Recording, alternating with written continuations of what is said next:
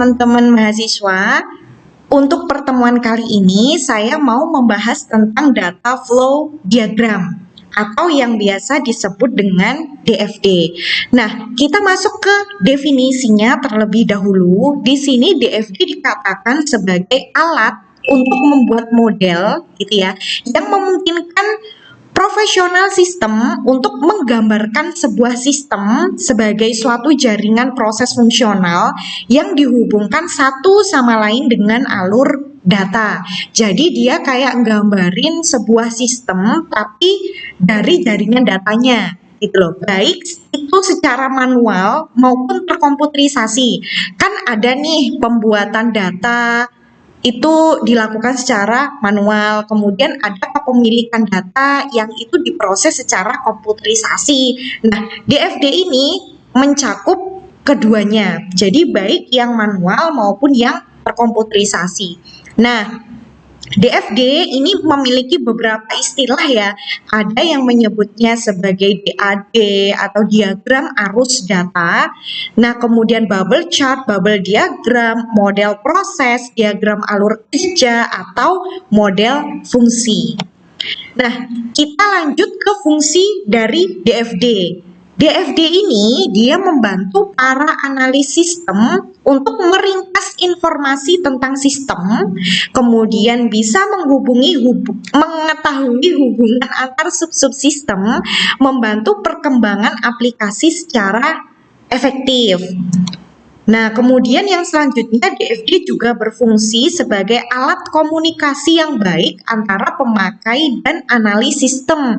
Karena analis sistem nanti kan mereka akan memberikan rekapan soal temuan mereka kepada desainer, ya kan? Nah, sementara pemakai mungkin adalah berasal dari orang-orang non-komputer. Jadi ketika kita menggunakan DFD, kita ngomongin soal data dan pemrosesannya, itu akan lebih nyambung daripada kita ngomong secara konseptual. Jadi orang IT ngomong sama orang bisnis, yang sini pakai bahasa IT, yang sana pakai bahasa bisnis. Lama-lama nggak ketemu guys. Nah, DFD ini merupakan sebuah diagram yang bisa menggambarkan data dalam sebuah sistem informasi sehingga orang bisnis itu bisa nyambung ketika mereka ngobrol dengan orang IT atau orang seperti kita.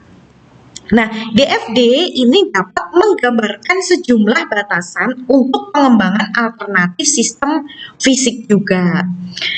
Nah, di sini yang mau saya tekankan ada beberapa komponen DFD dan ini dibagi menjadi dua, yaitu menurutnya Jordan dan menurutnya Jane and Serson. Nah, di sini komponen DFD itu sebenarnya ada 4 guys. Yang pertama terminator, yang kedua itu proses, yang ketiga itu data store, dan yang keempat itu adalah alur data. Menurut Jane dan Serson ini pun sama, cuman di sini ada perbedaan simbol. Nah, kalau Jordan prosesnya itu digambarkan dengan lingkaran, data store-nya juga digambarkan dengan garis atas dan garis bawah. Nah, kemudian kalau yang menurutnya Jane dan Serson, proses itu digambarkan dengan persegi dan kemudian data store juga digambarkan dengan persegi panjang, akan tetapi ujungnya tidak ada garis. Nah, seperti itu. Dan kalian ketika ingin menggunakan DFD ini, silahkan menggunakan salah satunya. Tidak boleh dikombinasi. Maksudnya apa? Dikombinasi itu. Jadi, kalian itu prosesnya pakainya yang bundar ini. Tapi ketika data store, kalian pakainya yang persegi ini. Persegi panjang yang tidak tertutup ini. Nah, itu tidak diperbolehkan. Jadi kalau mau pakai Jordan, semuanya digunakan dengan komponen atau dengan gambar simbol dari Jordan. Sementara kalau kalian pakai Jane, berarti juga tuliskan seluruhnya menggunakan simbol yang dikemukakan oleh Jane, gitu ya.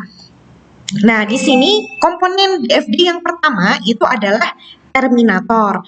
Terminator di sini mewakili nth entitas eksternal yang berkomunikasi dengan sistem yang sedang dikembangkan. Biasanya terminator dikenal dengan nama entitas luar. Nah, diingat bahwa terminator ini mewakili entitas eksternal yang berkomunikasi dengan sistem yang sedang dikembangkan. Nah, terdapat dua jenis terminator, guys. Di sini kayaknya kalian pernah mengenal yang namanya entitas itu dari mata kuliah basis data ya harusnya ya. Nah, ini saya ulas sekilas gitu ya. Jadi ada dua jenis terminator atau ada dua jenis entitas gitu ya. Yang pertama itu adalah terminator sumber, merupakan terminator yang menjadi sumber data. Misalkan ada data pegawai. Data pegawai itu sumbernya dari mana? Nah, itu menggunakan terminator sumber. Kalau yang kedua itu ada terminator tujuan, yang artinya merupakan terminator yang menjadi tujuan data atau informasi sistem. Nah, misalkan dari data pegawai nanti ada atau nanti menghasilkan data kinerja gitu ya, data kinerja pegawai. Nah, data kinerja pegawai itu dihasilkan untuk siapa? Gitu, atau dia mau dikemanain nih data kinerja pegawai, mungkin mau diolah untuk rankingan, atau mungkin mau dijadikan laporan, atau mungkin mau langsung diberikan kepada orang lain gitu ya. Nah, itu masuk ke terminator tujuan. Nah, seperti ini. Untuk terminator sumber itu model panahnya itu keluar gitu ya. Maksudnya di sini kan ada terminator sumber, ini ada bagian penjualan. Ini sebagai sumber data. Nah, dia ada tanda panah ke luar. Nah, kemudian kalau terminator tujuan artinya misalkan di sini bagian keuangan itu merupakan orang yang menerima data atau tujuan dari data itu diproses, itu modelnya tanda panahnya masuk. Nah, tapi kalau dia merupakan sebuah tujuan dan sumber sekaligus, maka tandanya bolak-balik seperti ini. Emangnya ada, Bu? Ada. Nanti di contoh akan saya tampilkan. Nah, di sini untuk terminator atau entitas tadi ya, yang menggambarkan entitas itu bisa berupa orang, sekelompok orang, organisasi, departemen di dalam organisasi, atau perusahaan. Jadi, terminator itu bukan kata kerja, tetapi kata benda. Dia merujuk ke sesuatu gitu ya, sesuatu benda, orang kek, sekelompok orang kek, organisasi kek, departemen kek, atau perusahaan.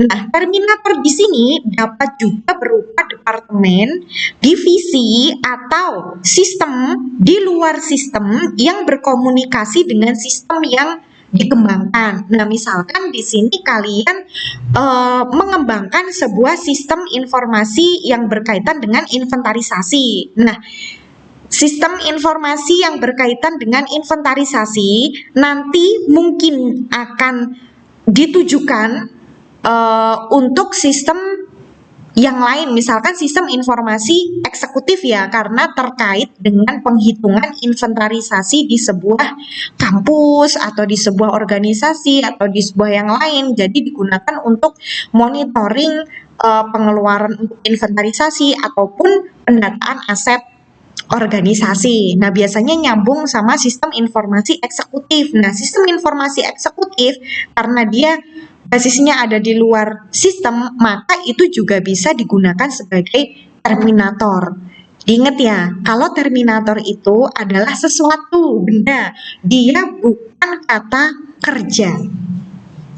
Nah, komponen terminator ini perlu diberi nama sesuai dengan dunia luar yang berkomunikasi dengan sistem yang sedang dibuat modelnya dan biasanya menggunakan kata benda, misalnya bagian penjualan, dosen, mahasiswa, karyawan, dan lain sebagainya. gitu ya. Jadi jangan membuat bahasa sendiri yang tidak mereka ketahui gitu ya. Kan kita perlu ingat bahwa DFD ini merupakan alat komunikasi antara analis sistem dengan pemakai. Nah, jadi bahasa yang kita gunakan di dalam pemodelan DFD ini itu juga harus sesuai dengan bahasa yang ada di mereka, gitu ya.